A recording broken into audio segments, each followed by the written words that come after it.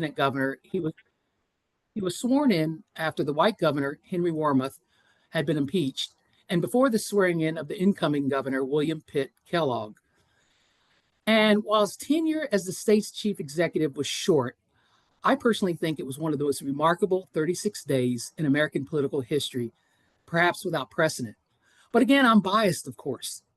Um, the historiography of Pinchback's work and time as governor, as well as his broader political life, has cast him as this marginal figure who was largely ineffectual, barely worthy of mention in the historical timeline of that period.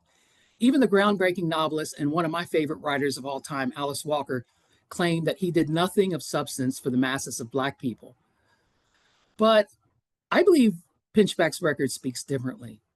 With skill and focus, he outmaneuvered opposition to become governor at a time when the Republican Party, the Party of Freedom, teetered on the brink of collapse in Louisiana, and then moved decisively with lightning speed to stabilize the party after pulling it back from the cliff that was headed over.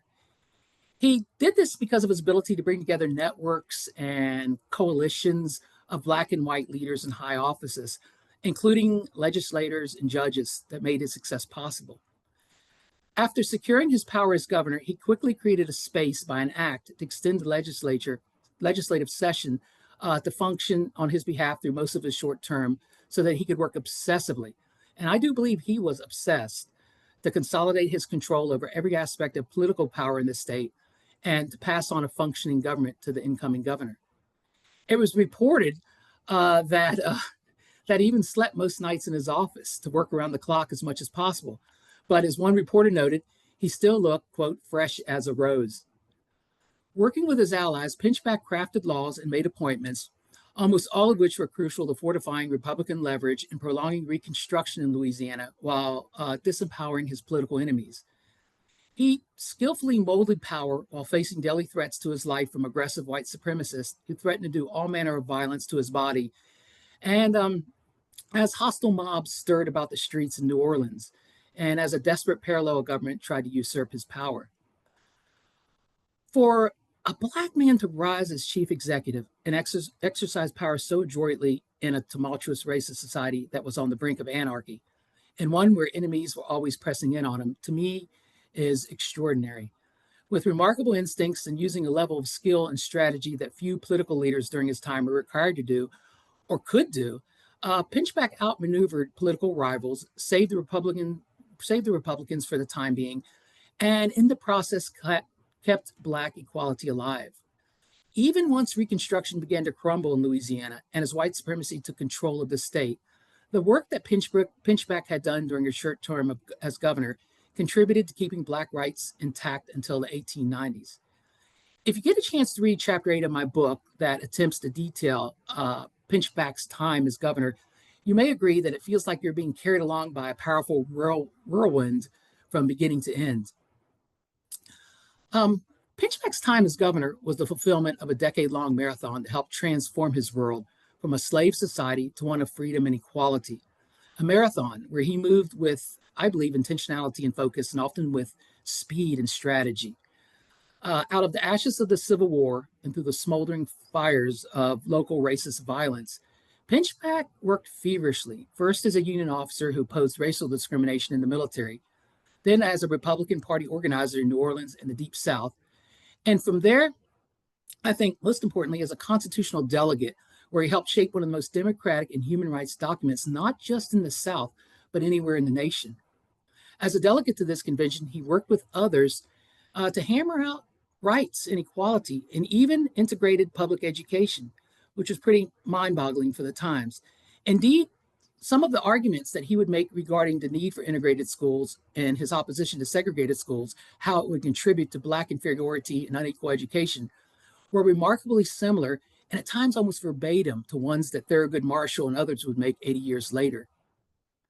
He then served as a state senator where he worked with others to anchor the constitutional amendments into law, where African Americans and Creoles were made the political and even social equals of white Louisianans. From there, he maneuvered his way as lieutenant governor and then governor, where he continued to nurture a democratized environment. The democratized environment was a sweeping change that only a few years earlier most people could have hardly dreamed possible. In every sense of the word, I believe it was a revolution that reconfigured the political and social landscape and transformed life, at least for a minute, as everyone had once known it, particularly in New Orleans. Whether it was access to the military, transportation, public spaces, politics, education, Pinchback believed that people of color must have absolute equality with their white peers.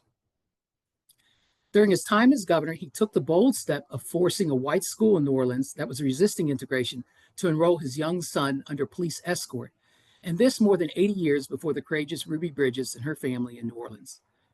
His moxie to confront and get the better of his political enemies while blasting away at white supremacy deeply impacted his Black contemporaries and elevated him during his time to celebrity status.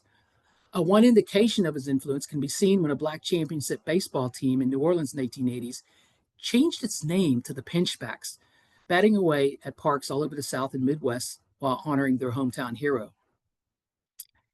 And to give you a feel of what a kind of controversial figure he was, Pinchback was sometimes a lightning rod of intense controversy. His audacity to not only demand Black equality, but to help make it a reality offended the sensibilities of white supremacists who perhaps more than anything despised him, as I write in my introduction, for the most unforgivable offense of all, that being unabashedly Black and bold. Pinchback was keenly aware of this when he told an audience during his tenacious fight for the U.S. Senate. He told them something to the effect, I'm bad because I have dared at times to advocate and insist on exact and equal justice for all mankind. I'm bad because having colored blood in my veins, I have dared to aspire to the United States Senate. Pinchback was also controversial because he operated in a corrupt and tainted political culture. Frederick Douglass, an intrigued observer of New Orleans' political scene and an admiring friend of Pinchback, took it as a given that the moral atmosphere in New Orleans has never been noted for its purity and freedom from vice, I think is what he said. The dashing carpetbag governor, Henry Warmoth, who Pinchback would replace, brushed off charges of corruption directed at him by declaring, why damn it, everybody is demoralized down here. Corruption is the fashion.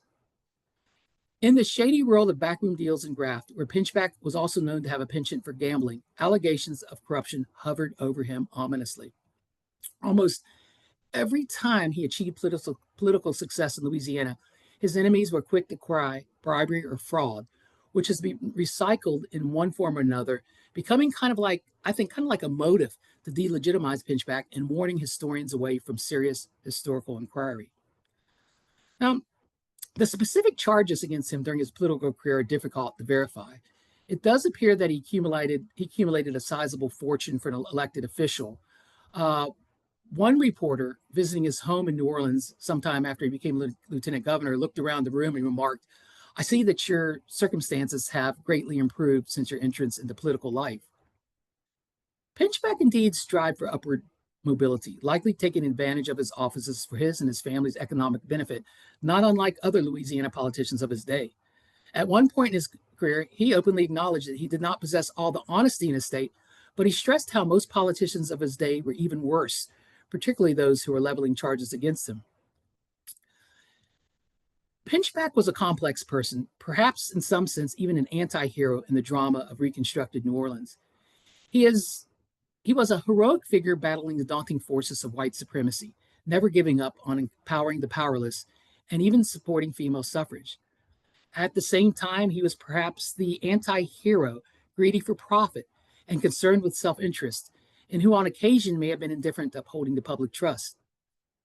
It was a seeming paradox that Pinchback's grandson, Gene Toomer, an icon of the Harlem Renaissance who authored the critically acclaimed novel Cain, grappled with as he struggled to define who his late grandfather had been. But reconstructed Louisiana and New Orleans in particular was not only the ideal place, I believe, for such an anti-hero to emerge and survive. It may have been a time and place where only an anti-hero stood a chance of making a difference. It certainly took a certain kind of person to survive politically and physically while navigating the morass of violence, corruption, competing factions, and fast-changing alliances that at that time characterized Louisiana life and politics. It took an even more unusual personality to use and direct those forces for personal and public benefit. I believe that Pinchback was able to have as much success as he did in this challenging world because he was, in some sense, all the things that characterize that world: the good, the bad, and the ugly. And he may have been, as I write in my introduction, he may have been just the anti hero that that the people of color of his times needed. P.B.S. Pinchback was born in 1837 to a white tobacco planter named William Pinchback and Eliza Stewart, who had been enslaved on William's plantation in Caswell County, North Carolina, which is not too far from Danville, Virginia, which is sort of one of the tobacco capitals at that time. Pinchback was born near Macon, Georgia, while his family was in transit to New Orleans in preparation to take over a cotton plantation in Mississippi. While the historical record suggests that William was a benevolent slave owner who genuinely loved Eliza, even taking her to Philadelphia to obtain her legal freedom, we can't forget that profoundly unequal power dynamics characterize these relationships in antebellum times, taking place within a system of oppression in which white males had complete power and control backed by law and custom. The black female enslaved persons had no legal protection and often no power to resist. But we also don't know what Eliza thought and felt about her situation or how she defined her life. We can never be sure if she could have said no to William's sexual advances and if he would have abided by her wishes, or even the possibility that in Eliza's case, her options were not as restricted as we generally read into the lives of enslaved women, and that William was indeed the one who she wanted to be with in a relationship. The vulgarity of slavery did not define every aspect of an enslaved person's life. I think doing so strips them of personhood, diminishing the vastness and complexity of their lives and identities. What we do know for sure is that Eliza would build with William a life, home, and family as a free woman, which is an indication that she likely lived a life not as one forced upon her, but instead as one that she considered her own and had carved out of the very real challenges of her times. Described as Black, Native American, and white, Eliza Stewart was central to Pinchback's life. I believe that if you want to grasp one of the main driving forces of P.B.S. Pinchback, what motivated him probably more than anything else, what drove his obsession with Black equality and besting his white enemies, often with a burning intensity at times, we probably don't have to go any further than his mother, Eliza Stewart. Pinchback was deeply attached to her and felt as her protector after his father, William, died prematurely. Following William's death, his white family and relatives, and it appears that William, by the way, had left his white wife for Eliza, causing a lot of resentment, both within his family and his North Carolina community. But the white family did everything they could to strip Eliza and her family of any inheritance, and even made moves to enslave them, forcing the grief-stricken family to make an exodus from Mississippi to Cincinnati, really with not much more than the clothes on their back, where they were forced into a life of poverty. During this time, Pinchback took on a lot of responsibility and would go to work right away as a young teen on the docks and the riverboats to take care of her and the family, and where I believe some of the most colorful stories of his early years emerge, including teaming up with the older white superstar gamblers of the day to become a champion gambler himself. According to his grandson, Gene Toomer, Pinchback always seethed inwardly with anger, with just raw anger against the indignities that his family suffered, especially the humiliation and hardship that his mother endured. And it appears to have been a driving force in his life to achieve against all odds the liberation of Black people. One way of looking at the political career in which he embarked was in some sense a crusade to avenge his mother, as well as racism that he suffered in the Union Army as an officer at the hands of white officers and soldiers. I believe Toomer's words were something like, his fighting blood was aroused and remained aroused for 40 years or more. But Pinchback's sister Adeline begged her brother to choose a different course, one not as a Black man fighting for equality as Reconstruction unfolded, but she begged him as a white man to be a white man leading an easier and privileged life. In a letter to Pinchback, Adeline pled with her brother to take his position in the world as a white man, as you are. Written in response to the racism that Pinchback and other Black Union Army officers endured from white Union officers in Louisiana, Adeline stressed to her brother that you'll never get your rights. She explained that her city of Cincinnati was experiencing racial violence and discrimination against Black people, and that it was becoming increasingly dangerous every day to be Black. She tried and tried to convince her brother that African Americans will never be righted in the world, and urged him to have as little to do with Black people and to pass into the white world. Adeline went on to explain that she had not only passed into the white world, never to return, but that she now considered herself white. And it appears also that her light-skinned husband, Reuben, also passed into the white world. Adeline's abandonment of that part of her heritage, while tragic in one sense, was also an act of survival in a deeply racist world, as her letter to Pinchback implies. Many who could pass felt that there was no choice, no in between, only Black and white. It was a controversial strategy, I think, to escape the harsh reality of living Black in a deeply racist society and to enjoy the rights and privileges of living white. It also appears that Pinchback's two youngest brothers, William, Henry, and Nathaniel, also made the choice to pass, and they seem to disappear without a trace and may have very well cut off all connection to the family. According to Toomer, Gene Toomer, Pinchback's grandson, Pinchback himself may have passed back and forth as a younger man, including initially registering in a white Union regiment before becoming a Black Union officer and raising a Black and Creole regiment. Many observers of his time commented on Pinchback's passing potential, including his friend Frederick Douglass, who wrote something like, Mr. Pinchback is a colored man, but only colored enough to be thus classified by the most skillful discerners of prescribed blood, and could be easily identified as French, Spanish, or East Indian. And Toomer himself recalls as a child riding streetcars with Pinchback in Washington, D.C., and how his grandfather was mistaken for Andrew Carnegie. But getting back to Adeline, just as Pinchback's sister was forever passing into the white world in the early mid-1860s, Pinchback definitively passed into the Black world and never looked back, a world where he worked hard for equality and to make his world a better place for people of color, and where he lived life with gusto as fully as possible, even as white supremacy eventually took control of the power base in Louisiana again.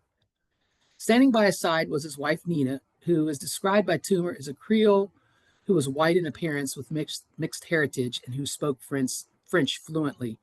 And also his four children were a source of support. Pinckney Jr., who was born in 1862, Bismarck in 1864, Nina 1866, and Walter, I believe, 1868.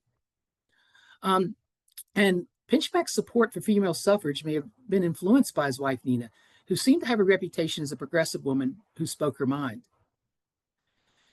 As Reconstruction waned, as it began to lose ground, Pinchback would visit and do speaking tours with his friend and confidant Blanche Kelso Bruce, or Beaky as he called him, who had spent his childhood in slavery and who had become the first African American to serve a full 6 years in the U.S. Senate from 1875 to 1881.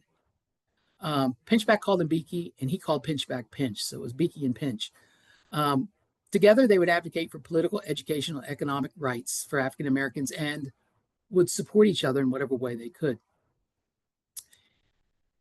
Even though Pinchback worked feverishly to create a more democratized environment and world in New Orleans, Louisiana, once federal protection of Reconstruction ended and white supremacy began to take over the power base in Louisiana and all over the South in the late 1880s and early 1890s, Pinchback just grew exhausted. He was discouraged and exhausted, but not defeated. Years earlier, after his term of governor expired, he had been elected to both Congress and the U.S. Senate.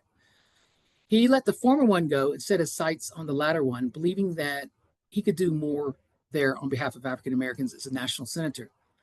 But his Senate colleagues refused to seat him, and for years he fought this hellacious, tenacious, and draining battle for the right to serve there, even after having been elected twice by the Louisiana legislature as their choice for U.S. senator, which at that time, state legislatures at that time elected U.S. senators. And I always say that Pinchback was really our second U.S. senator, or should have been, with Hiram Revels as the first and Blanche Kelso Bruce the third. And I do hope one day we can get enough momentum to get him seated there posthumously in the U.S. Senate as an honor. He was really legitimately elected there. twice actually.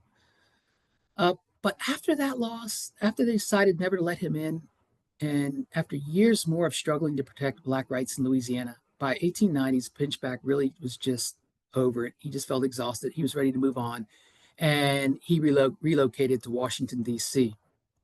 Um, Washington was a city that had been his second home anyway, where the Black elites there had been enticing him to come for years, including Frederick Douglass and Blanche Kelso Bruce. The governor, as they called him, had been unofficially designated as one of their favorite sons, and every time he visited, they honored him every chance they could at high society events. So he was not so much as moving to a new place as much as moving to a familiar one, um, and one that he had established deep roots, and had forged close, intimate connections. This is where Toomer grew up, living with his grandfather and grandmother in their Richardson-style house not far from Howard University, and where Toomer remembered how in his home the doors were open to men of all color, whites, African Americans, and Creoles, and people from all stations of life. And I think Toomer said something like, regardless of Pinchback's elite status, there was not a caste or color prejudice in him, no social snobbery, and I thoroughly admired him for it. Here in Washington, Pinchback would continue to join and lead political, social, and cultural organizations. And I think also that he was doing this because this is what he deeply believed in. But I think at this time it was also perhaps this was a way for him to keep up the tempo as a way of dealing with what must have been terrible grief during this time, because he had tragically lost his son, Pinckney Jr., who was a successful pharmacist. And I believe he went to pharmacy school in Philadelphia and was the first African American student to graduate from the pharmacy school in Philadelphia. But the Pinchback family lost him to tuberculosis in 1900, followed by another tragic loss when his daughter Nina, Toomer's mother, died unexpectedly after an operation in 1909. His political activism would focus on racism in the South, particularly the Deep South, but also in Washington as it was spreading there and becoming more overt. As the second decade of the 20th century arrived, the elderly Pinchback had declined just from old age and was growing ill. And Nina, who was elderly herself, could barely manage things by herself. Jean Toomer stepped in to caregive for his grandfather as much as possible. He deeply loved his grandfather, who doted on him as a child, but he had often been at war with him, revolving largely around a clash of personalities. Toomer was moving in the direction as a thoughtful, sensitive artist and intellectual, which put him at odds with the grandfather, who, for Toomer, was the incarnate of the masculine Victorian quest to rise and shape the world with a focus, sense of purpose, which Toomer had little interest in doing.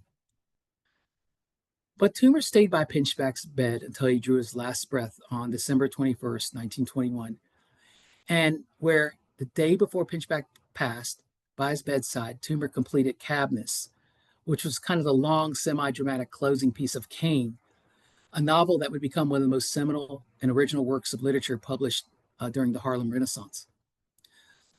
Thus, I kind of look at it as um, it was like it was in Pinchback's bedroom where one remarkable life was ending, and where one of the most distinctive flowers of the Harlem Renaissance blossomed. As I write in the last paragraph of my book, Pinchback lived a life of intense, unrepentant confidence in his views and abilities while unapologetically experiencing life to the fullest. He fought hard in the political arena, really fought hard for political and civil rights. Um, he liked nice things. Pinchback definitely liked nice things and money. He gambled. He allegedly betted on racehorses and enjoyed a drink and a cigar. He lived life with a gusto to experience as fully as possible everything while going against the grain that could be mistaken for simple pride and arrogance. And this may be why the Reverend Francis Grimke, fearing that the end was near, felt compelled to stop the elderly Pinchback on a Washington, D.C. street in 1916 to save his soul.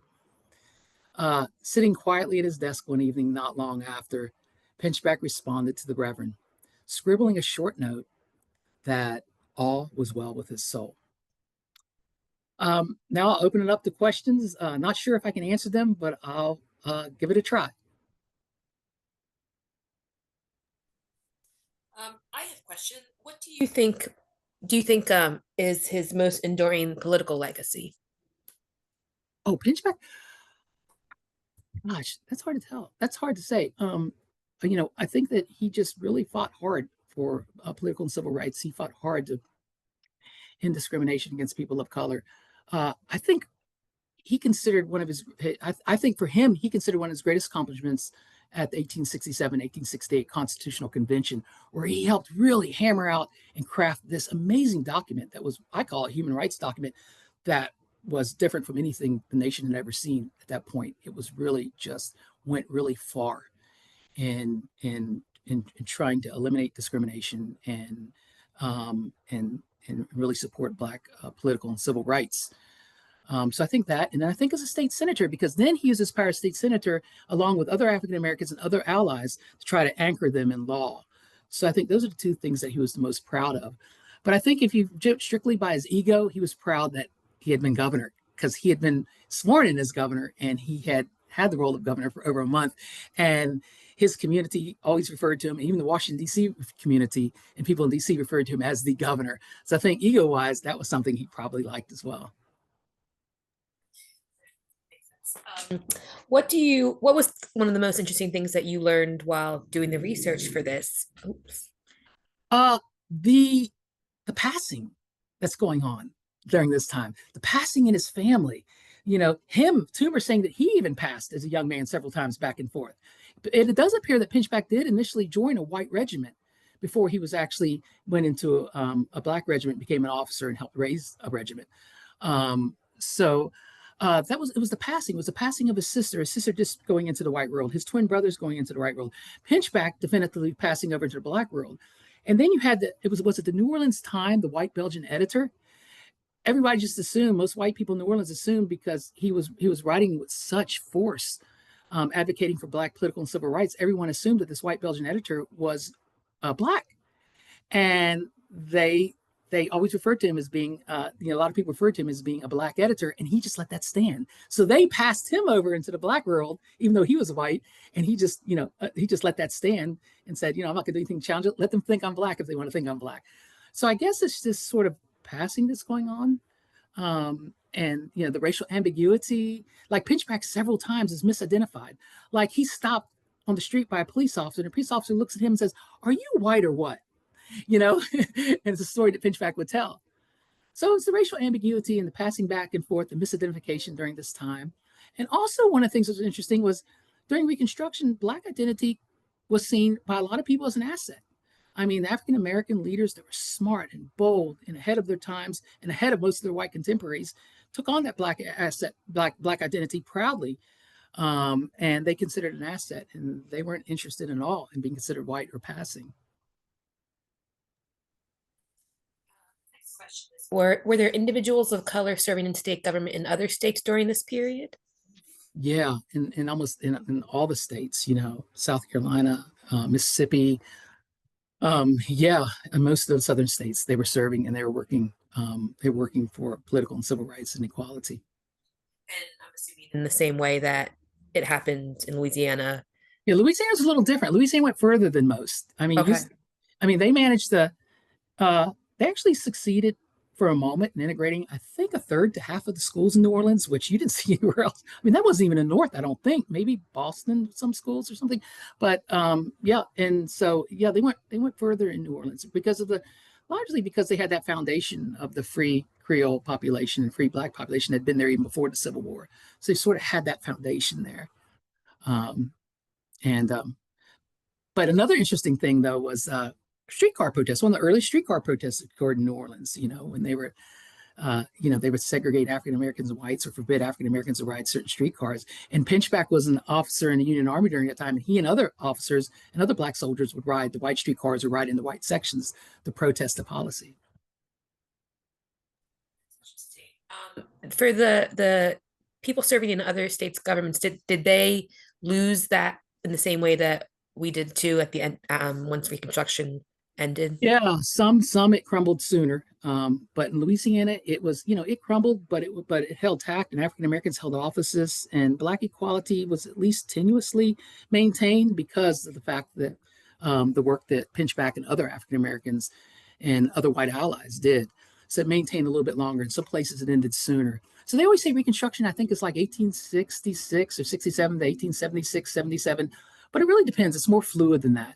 For Louisiana, I think it lasted longer. Even once white supremacy, kind of rose up, began to take control of the power base, they were still a little cautious about moving too fast because of African American and Creole population there, and because they were also concerned about the federal government as well. But largely because of the population, the people that had been free before and the people that had worked so hard for freedom. So they were a little bit cautious about moving too fast. So it maintained a little longer, I think, in Louisiana than a lot of states. What inspired you to write this book? I just kept reading things about, like, I kept reading histories about that would just have Pinchback as a blurb. Like, he wasn't mentioned very much, like governor. And then when I did find stuff, it was usually negative. He was a crook. He was, he took advantage of his offices. He was, it was just, and then the School of Racist Historiography, or what are known as the traditionalists, they pretty much erased him and tried to bury his legacy, as they did a lot of the great African American leaders and office holders of Reconstruction. But they really buried him, and they tried not to mention him at all. And when they did mention him, I think one called him one of those loud-spoken, troublesome Negroes. And that was like a one-liner in a history that was like 800 pages. And, and so there just wasn't much about him. And what was about him was negative. And so I thought, well, let me dig into this guy. Let me look at this guy. Let's go look at these papers. Let's dig into him. Let's see what I can find out. And so I was just inspired to really try to find out as much as possible. And I still feel like there's more to find out. Yeah, for sure. Another question we have is, was the U.S. Senate's refusal to seat Pinchback an indication that the rest of the country was moving away from Reconstruction when Louisiana was still willing to send a Black senator to Congress? Partly, yes, that was true. That was absolutely true. But there were a couple things, they claimed that he had corruption charges hovering over him, so they were reluctant to seat him, but that was kind of bogus. Um, I think personally that Pinchback was seen as being radical by even white Northerners at that time, and because Reconstruction was beginning to lose popularity, he was even considered more radical. And I think they saw Pinchback as being just too radical to seat, and they didn't want to seat him. They were trying to find every reason in the world not to seat him. And I think that one thing that, and I'm not sure about this, but I just see it mentioned off and on a little bit, and that he had taken his young son, under police escort and forced a white school that was resisting integration in New Orleans to enroll his son. And they did, and he forced them to do that. And I think that a lot of senators considered that's one reason they consider him a little bit radical for doing that as lieutenant governor, using his power and using the local police to enforce integration into this school to get his son there. So I think that was part of it. Yeah, it was kind of all interwoven. Yeah, this is really an interesting topic because I think you're right. It's we don't know much, or at least before this, we didn't really know much, and even like what we've seen, this has uncovered a lot for all of us, I believe. Yeah. Uh, can you talk about how you sort of out what's true when you're working with historical accounts that have racist biases in them? That's what I'm sorry. Here's a question is, can you talk about how you sort out what's true when you're working with historical accounts that have racist biases in them? Oh yeah, well, it's pretty easy to do at the School of Racist Historiography because those and the traditionalists who dominated everything, they dominated and controlled everything. They impacted how everybody saw history, even Northerners. I think there's a study done called somewhere in the last 10 years called the Mint Julep Consensus, and it talked about how the School of Racist Historiography has influenced curriculums all over the nation, and we're still seeing some of that influence even in modern times, even today. So it was pretty easy to kind of know what these traditionalists were doing and how they were suppressing this and how they were just misrepresenting African Americans and saying awful things about them, which was not true. I mean, I know I'm probably biased too, but I believe that African American leaders and office holders during Reconstruction were some of the most forward-thinking and visionary and progressive people during their times in American history, and I think they were pretty far ahead of their pretty far ahead of their white contemporaries for the most part. And they were in the School of Racist Historiography, just flipped that script upside down and said just the opposite. and so and so that bothered me because as somebody who went to high school in the 1980s, even in the 1980s, I remember being taught that. This is the 1980s. And I remember being taught that Reconstruction was a failure because they tried to prop up, because white Northerners took control of things, they tried to pop up inept, ignorant African Americans into offices who just weren't ready, and things of that nature. Now, I was hearing this in the 1980s. Okay. It's already been discredited by then, pretty much, but it was still filtering into at least the high school curriculum in Virginia where I was going to school. That's a good, interesting point. It does look like that might be the last of our questions for today. I did want to thank you again so much for joining us. This has been a really interesting lecture. Oh, wait, I have another one. In your research, did you find a connection between Pinchback and George B. Hamlet? Okay, remind me who George B. Hamlet is. That does sound really familiar. This is from one of our participants. Let's see. You remind me about George. The name sounds familiar. There's so many people. You got to realize there are so many people totally that emerged during this time at all levels. I mean, in the parishes, and there's just so many people. And I do want to emphasize that I know I'm focusing on political biography of one leader, but there's so many people involved. I mean, this is about a whole community. This is about a lot of people that are working with him as well. But it is also undeniable that he was a charismatic figure who, really he was. Hamlet was, I believe, the first Black mayor of Monroe, and was the first African American known to have been appointed as chief post office inspector. Okay, that sounds really familiar. Yeah. Now, was he one that Pinchback appointed as governor? Did he appoint him as postmaster as governor? He knows that. The name's definitely familiar. I'm sorry I don't have any detailed information, but the name definitely sounds familiar. Yes, but there's more to him. Yeah. So he was appointed by Pinchback as postmaster? No, he was the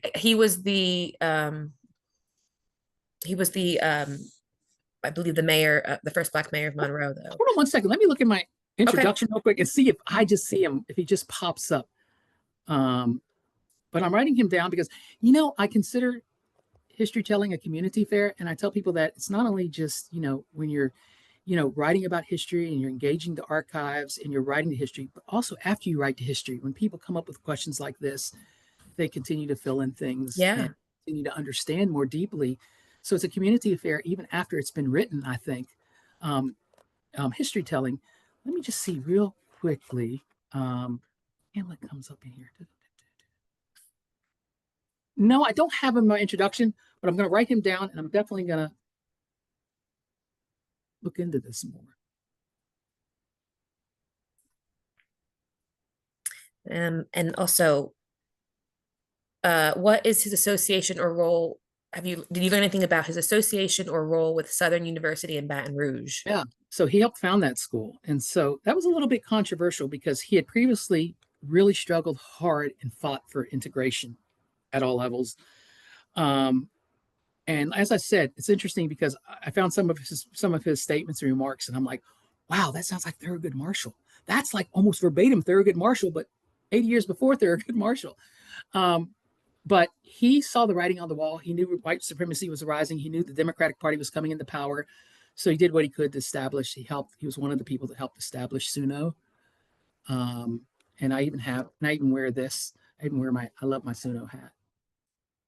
And I wear that in honor of him. And so, he was definitely one of the founders and one of the people that really pushed hard for SUNO at the convention that was controlled by the Democrats, the new Constitutional Convention, 1877, 78, 79, something like that.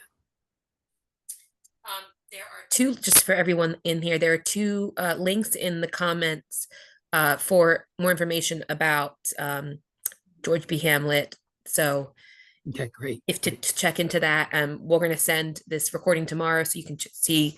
That'll include that, I believe. Okay, great. But it looks like that might be the end of our questions now.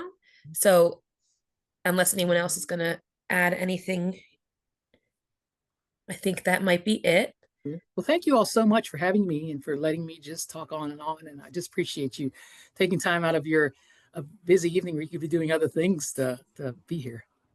No, this has been really interesting, and I agree. A lot of the comments have been, it's great to see that how everyone is a historian at heart. Yeah. Oh, and I'll Yeah. just leave you with this. I shouldn't leave you with this because this is a negative thing.